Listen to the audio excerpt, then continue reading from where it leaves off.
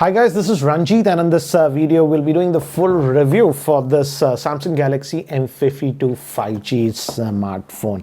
And guys, I've been using this one with my primary cell phone now over 3 weeks, and I'm just doing this review now because I've noticed that the price has fallen down, because at its original price point that was at 30,000, this phone didn't make any sense. Initially then it was launched, it had good offers, but again it went back to almost 30,000.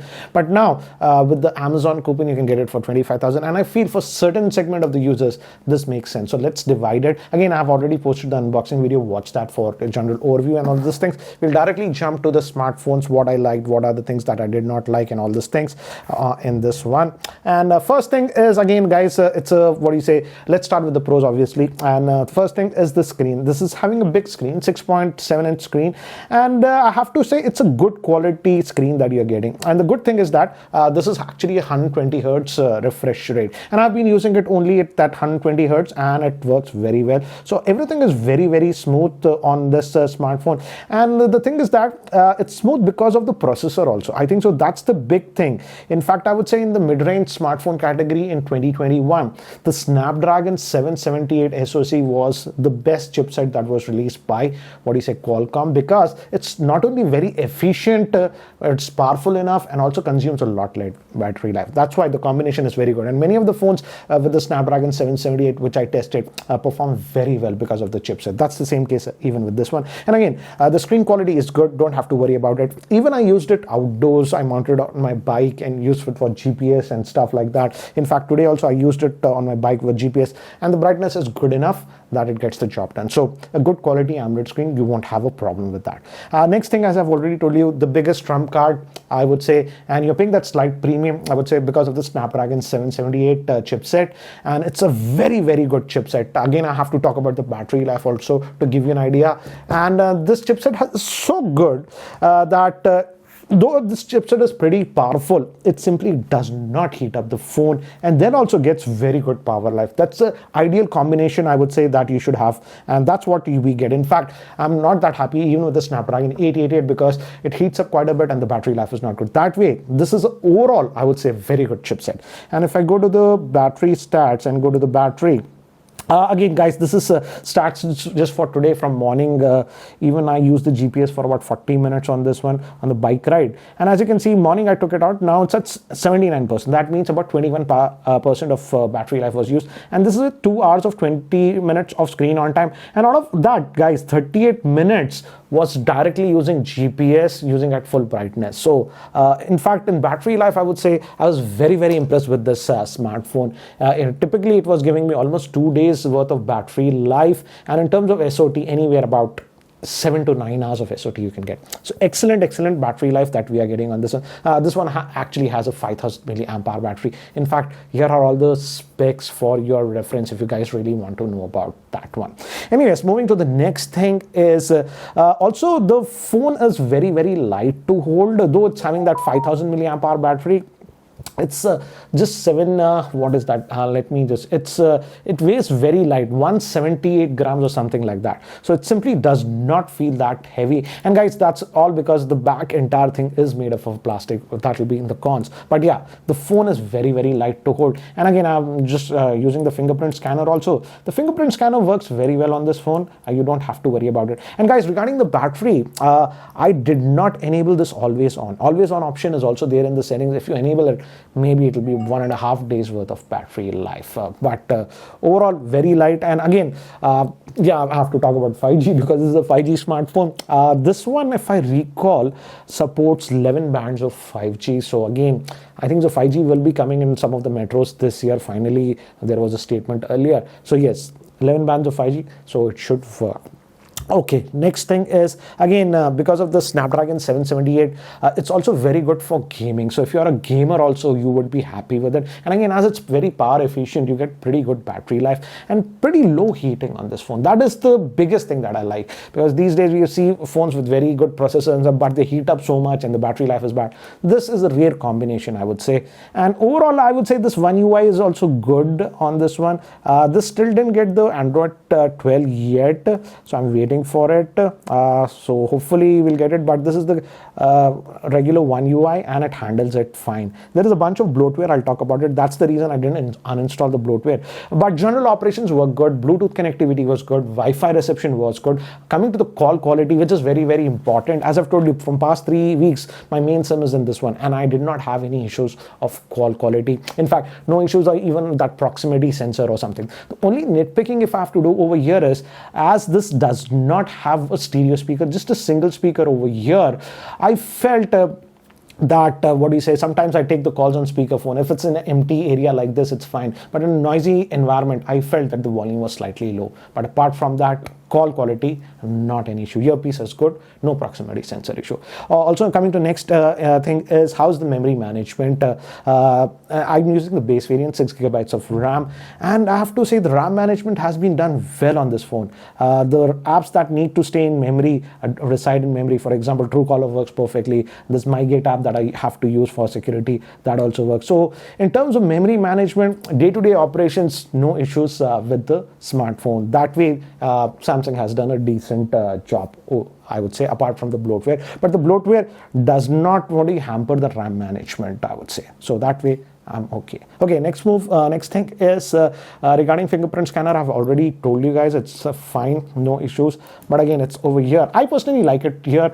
If you're a right-handed person, it's very easy. But if you're a lefty, this can be a little bit tricky, but that's what it is. Now coming to the camera, guys, we have a triple camera setup.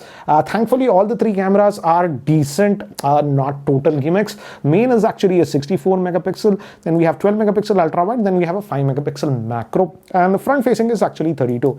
And here are some of the camera samples that have camera shots that I've taken casually around with this smartphone. And I would say the camera performance is decent. I would say it's neither extraordinary nor bad, and gets the job done. The only thing is that this model does not have OIS. Moving to the front facing camera, it's a 32 megapixel and it's okay. I was expecting a lot more, I would say, with the 32 megapixel front facing camera, but it's just okay. Again, I would say it's not bad or not great, it's just okay. So guys, got this place and kids etc are enjoying it, so let's head out.